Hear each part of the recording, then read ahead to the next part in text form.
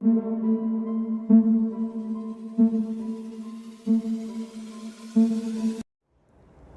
comrades, greetings to you all on my personal behalf and also on behalf of the All India Insurance Employees Association.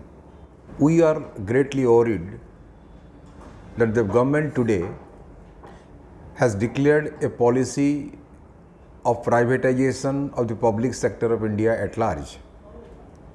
In this context, we have seen a couple of days back the Department of Investment and Public Asset Management, or DIPAM, conducted a webinar on the theme of privatization and its benefits for the Indian economy.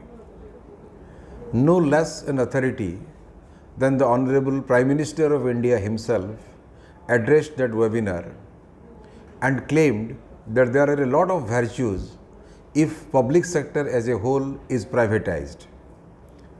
And by the way, you would have seen the budget that was presented by our Honorable Finance Minister on the 1st of February.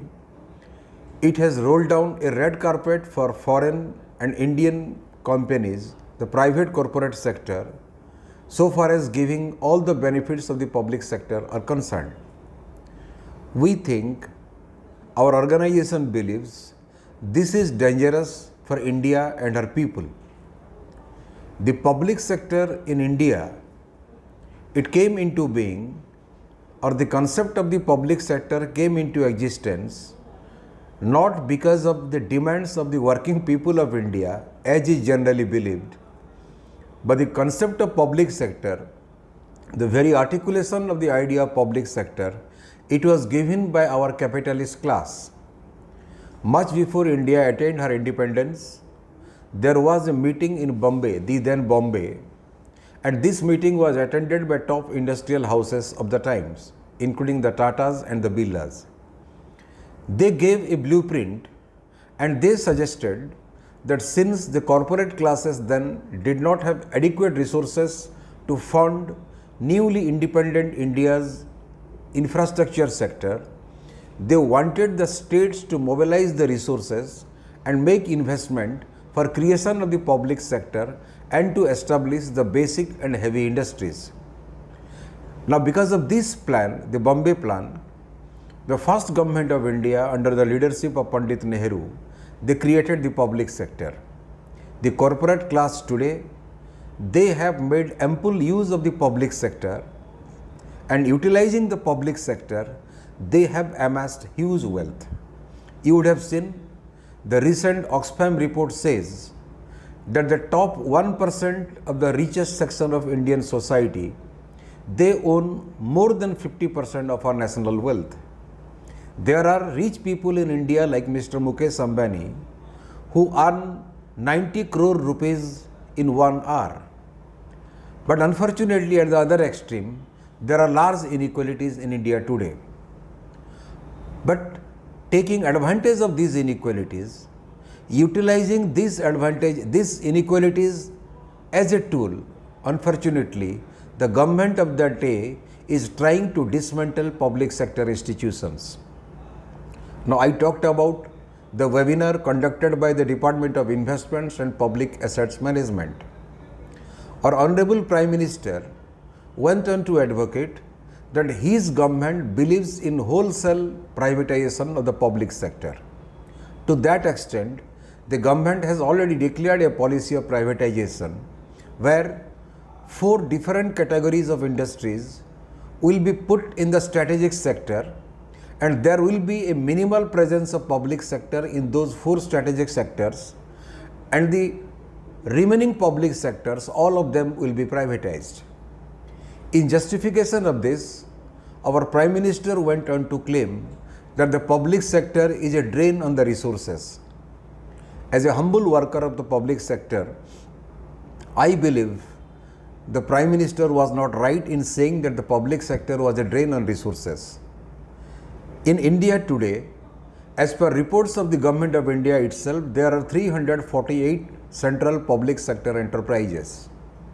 And by the end of the year 2018-19, I mean as at 31st March 2019, The central public sector enterprises, they have generated revenues in excess of 25 lakh crores. These public sector enterprises have thrown up a profit of the order of 1,74,000 crores. Apart from these profits of 1,74,000 crores, these public sector have reserves and surpluses to the tune of over 9,92,000 crores. How then do we say that public sector is a drain on our resources? These public sectors, they constitute the fulcrum of India's self-reliant economic development program. Our government today claims that their economic policy paradigm is Atmanirbharta or self-reliance. But then, if we sell off our precious national assets, how do we become self-reliant? We will become reliant on companies like Reliance only. That cannot be called self-reliance. And secondly, privatization is not only bad from the perspective of economic development or regional and balanced development of the country, but privatization itself is antithetical to the basic tenets of our Indian Constitution. Part 4 of the Indian Constitution, it talks about the directive principles of state's policy. Particularly, 3 sections of the Indian Constitution, 3 articles, Article 38, Article 39 and Article 46, they justify the existence of the public sector in a country like India. Article 38 of the Indian Constitution, it says the state shall promote justice, social, economic and political. It will work to promote justice, social, economic and political. Article 39 says the state should work in a manner there is no concentration of economic wealth in a few hands and the resources of the society are distributed generously. Article 46 of the Indian Constitution says it directs the state to work in such a manner that the poor and downtrodden sections of the Indian society, particularly the scheduled caste and the scheduled tribes, their welfare should be taken into consideration. Once public sector stands privatized, these 3 basic tenets of the Constitution will be defeated. Therefore, privatization is a bad idea.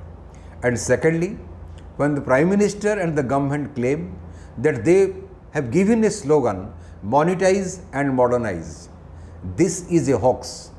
Monetize means they want to hand over the precious fixed assets at the disposal of the public sector to the private corporate sector.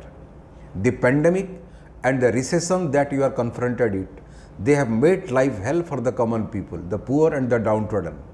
If some benefit is to be given to them, it is the public sector that has to come forward and take the lead, not the private sector.